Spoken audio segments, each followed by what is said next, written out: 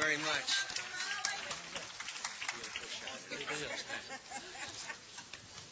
Good morning, ladies and gentlemen.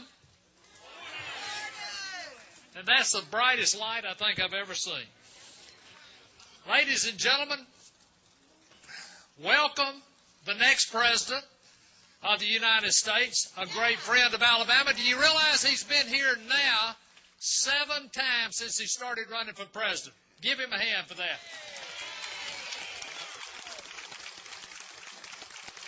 You know, ladies and gentlemen, the reason that I think he is so popular, the reason that he brings a new dynamic to this political race, is he does things like no other politician I have ever been around.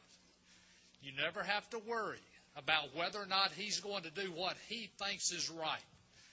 But how unusual is it to see someone come to the more disadvantaged parts of this country?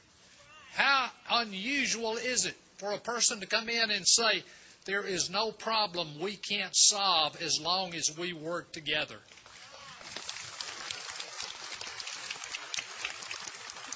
John McCain, to me, is the personification of leadership. That's mean understanding what the problem is, developing a solution to the problem, and then asking us what we think we need to do to solve the problem. He's going to be traveling all over Alabama today, and he's going to see some remarkable things. He's going to see a black belt region that is doing better today than it has ever done in history, because we've got Republicans and Democrats, blacks and whites working together in a way they have never worked before. And that's what makes him different. Ladies and gentlemen, I've got 7 grandkids now, and I had 4 great friends running in the primary. And I sat down with my wife one night and I said, who do you want making a decision for the future of our grandchildren? And in my mind, there was no question, and there is no question today. I want it to be Senator John McCain. Ladies and gentlemen, give a great Alabama welcome to the next President of the United States, my friend, yours, John McCain.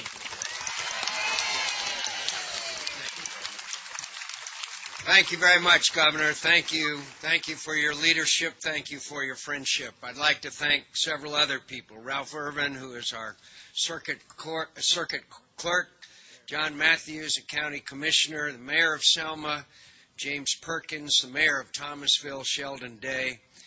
And I'd especially also like to express my appreciation to Senator Hank Sanders. Senator Hank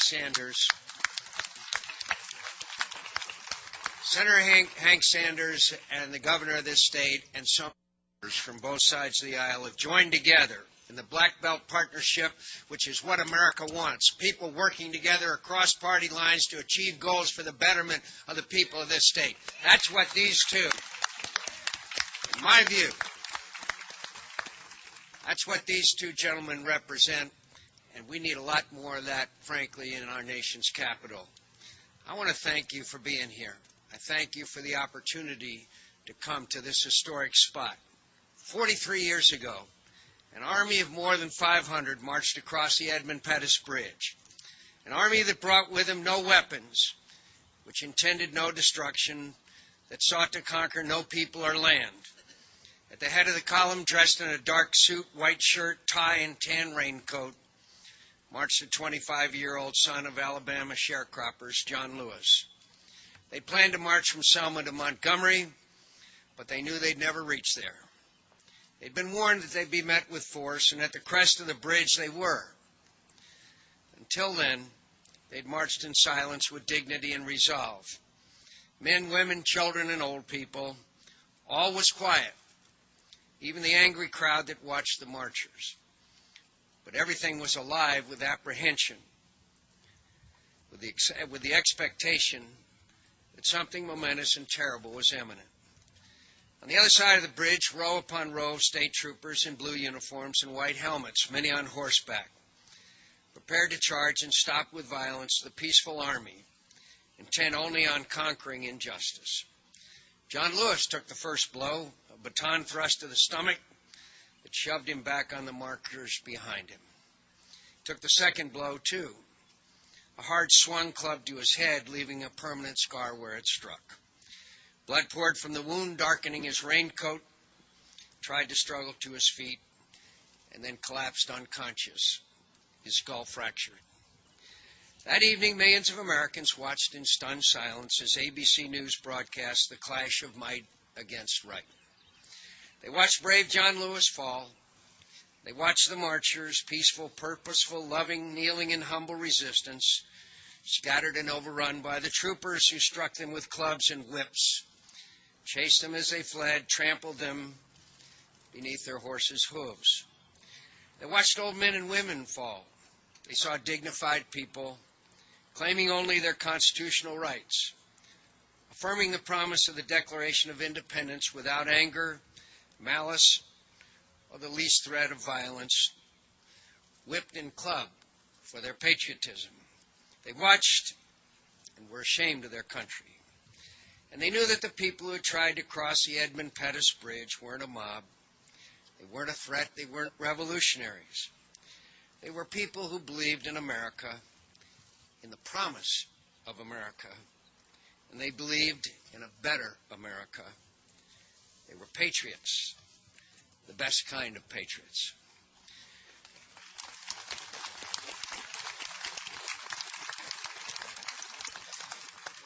The beaten and dispersed army on Edmund Pettus Bridge had conquered something after all: the indifference of too many Americans to their courageous struggle for the basic rights of American citizenship.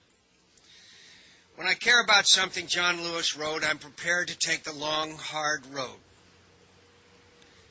I've seen courage in action on many occasions in my life, but not any greater or used for any better purpose than the courage shown by John Lewis and the good people who marched for justice with him. All his life, John Lewis had believed in Dr. King's concept of the beloved community, a country not hateful, not violent, not uncaring, not separated, not polarized, not adversarial. In America, all things are possible, even a civilization as great as the one envisioned by Dr. King and John Lewis. But we are practical people, and most of us are honest, and we know we have a ways to go. This week, I'll be traveling to places in America that aren't enjoying the prosperity many other parts of America enjoy, but where people are walking a long, hard road to make sure that their children will know the opportunities that other American children possess. There are places that for too long suffered too many disadvantages, but where people of good character and stout hearts believe in the possibility of making the future better than the past, which, as we know, is the essence of the American dream. I want to discuss with them how they're working hard to make a better future for their communities and their country.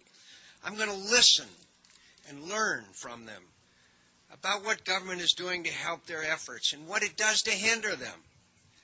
I'm not going to tell anybody about how government can make their choices for them, but how we can help grow our economy so that people have better choices to make for themselves.